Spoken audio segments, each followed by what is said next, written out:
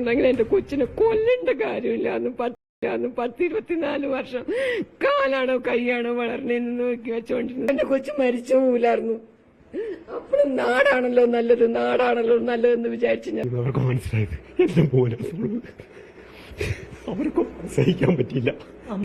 പുതിയ തലമുറ എങ്ങനെ ഇത് കൊലവിളി. എറണാകുളം നെടുമ്പാശ്ശേരിയിലെ ഹോട്ടൽ ജീവനക്കാരന്റെ അപകട മരണം കൊലപാതകമെന്ന് പോലീസ്. 2 CISF ഉദ്യോഗസ്ഥരെ പോലീസ് അറസ്റ്റ് ചെയ്തു. ഹോട്ടൽ ജീവനക്കാരനായ ഐവാൻ ജിജോയെ മനഃപൂർവ്വം വാഹനം ഇടിച്ച് കൊലപ്പെടുത്തിയതാണെന്നാണ് പോലീസിന്റെ കണ്ടെത്തൽ. പിടിയിലായിട്ടുണ്ട്. ഇതിൽ ഒരാൾ LF ആശുപത്രിയിൽ ചികിത്സയിൽ തുടരുകയാണ്. കാരണം നാട്ടുകാർ ഇന്നലെ ഈ സംഭവം കണ്ട ചില നാട്ടുകാർ ഇയാളെ ഓടിച്ചിട്ട് പിടിക്കുകയും അതിനെ തുടർന്ന് ചില പരിക്കുകൾ ഇയാൾക്ക് പറ്റുകയും ചെയ്തു. വലിയ ഒരു ക്രൂരതയാണ് ഇക്കാര്യത്തിൽ സംഭവിച്ചത്. 24 വയസ്സുള്ള ഒരു ചെറുപ്പക്കാരൻ റോഡിലെ ഒരു തർക്കത്തെ തുടർന്ന് അതിക്രൂരമായി ദാരുണമായി കൊല്ലപ്പെട്ട ഒരു സംഭവം കൂടിയാണ്.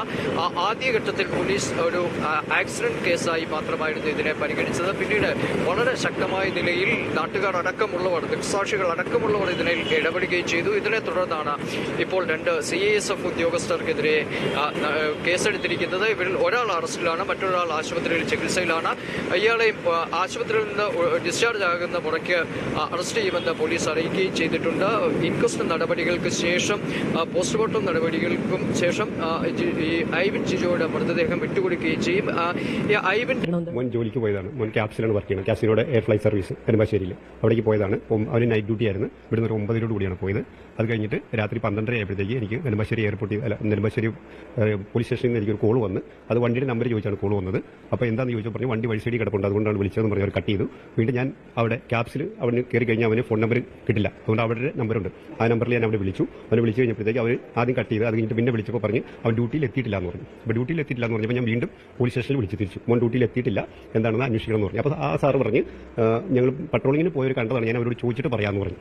അത് കഴിഞ്ഞ് വീണ്ടും ഞാൻ ഐവിനെ വിളിച്ചു. അപ്പം ഡ്യൂട്ടിക്ക് കയറിയിട്ടില്ലോ. ഡ്യൂട്ടിക്ക് കയറി കഴിഞ്ഞാൽ അവൻ്റെ ഫോൺ സൈലന്റ് കിട്ടത്തില്ല നമുക്ക്. അപ്പം ഞാൻ അവനെ വിളിച്ച് കഴിഞ്ഞപ്പോഴത്തേക്ക് അവൻ റിങ് ചെയ്യുന്നുണ്ട്, എടുക്കുന്നില്ല. അത് കഴിഞ്ഞ് വീണ്ടും പോലീസ് സ്റ്റേഷനിൽ വിളിച്ചു. അപ്പോഴും ഇവരൊന്നും പറഞ്ഞില്ല. ഇതെല്ലാം കഴിഞ്ഞിട്ട് ഒരു 1:15 മണിയൊക്കെ കഴിഞ്ഞപ്പോഴത്തേക്ക് ക്യാപ്സിൽ നിന്ന് വീണ്ടും വിളിച്ചിട്ട് പറഞ്ഞ് SI നെടുമ്പാശ്ശേരിയിലെ പോലീസ് സ്റ്റേഷനിലെ SI അവിടെ വന്നു. അവർ പറഞ്ഞ് ആരെങ്കിലും ലിറ്റിൽ ഫ്ലവർ ഹോസ്പിറ്റലിലേക്ക് വരണമെന്ന് പറഞ്ഞു. അങ്ങനെ ഞാൻ ഇവിടുന്ന്, അപ്പം അതിന് മുമ്പ് ഞാൻ വൈഫിനോട് വിളിച്ചായിരുന്നു. എനിക്കെന്തോ അപാകത തോന്നി. അപ്പം ഞാൻ തന്നെ അളിയനെ വിളിച്ച, അളിയനെ കിട്ടിയില്ല. അപ്പം ഞാൻ ജോലി അങ്കമാലി ലിറ്റിൽ ഫ്ലവർ ഹോസ്പിറ്റലിലെ ഫിസിയോതെറാപ്പിസ്റ്റാണ്.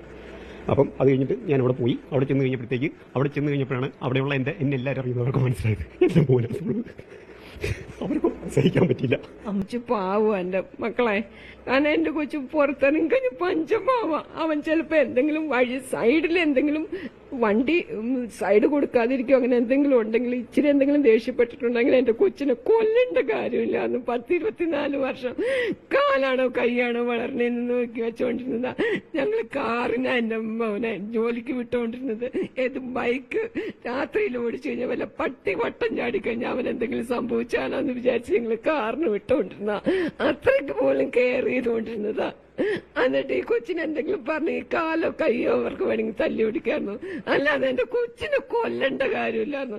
ഞങ്ങൾ രണ്ടും നമ്മളെ സംരക്ഷണം നൽകേണ്ട CISFന്റെ ആൾക്കാർ തന്നെയാണ് ഇത്രയും ക്രൂവലായിട്ടുള്ള ഒരു സംഗതി ചെയ്തതെന്നുള്ളതിൽ എനിക്ക് ഭയങ്കര ദുഃഖമുണ്ട്. അത് മാത്രമാണ്. കാരണം വേറെ ആരെങ്കിലും കള്ളു കുടിച്ചിട്ടോ അല്ലെങ്കിൽ കഞ്ചാവ് പിടിച്ചിട്ടോ ചെയ്തിരുന്നതെന്ന് അറിഞ്ഞായിരുന്നെങ്കിൽ എനിക്ക് കുറച്ചുകൂടി അത്രയും സങ്കടം ഉണ്ടാവില്ലായിരുന്നു. ഇവർക്ക് എന്തായാലും അതിനുള്ള ശിക്ഷ നമ്മുടെ ഗവൺമെന്റ് ഇത് മേടിച്ചു കൊടുക്കുമെന്ന് ഞാൻ പ്രതീക്ഷിക്കുന്നു.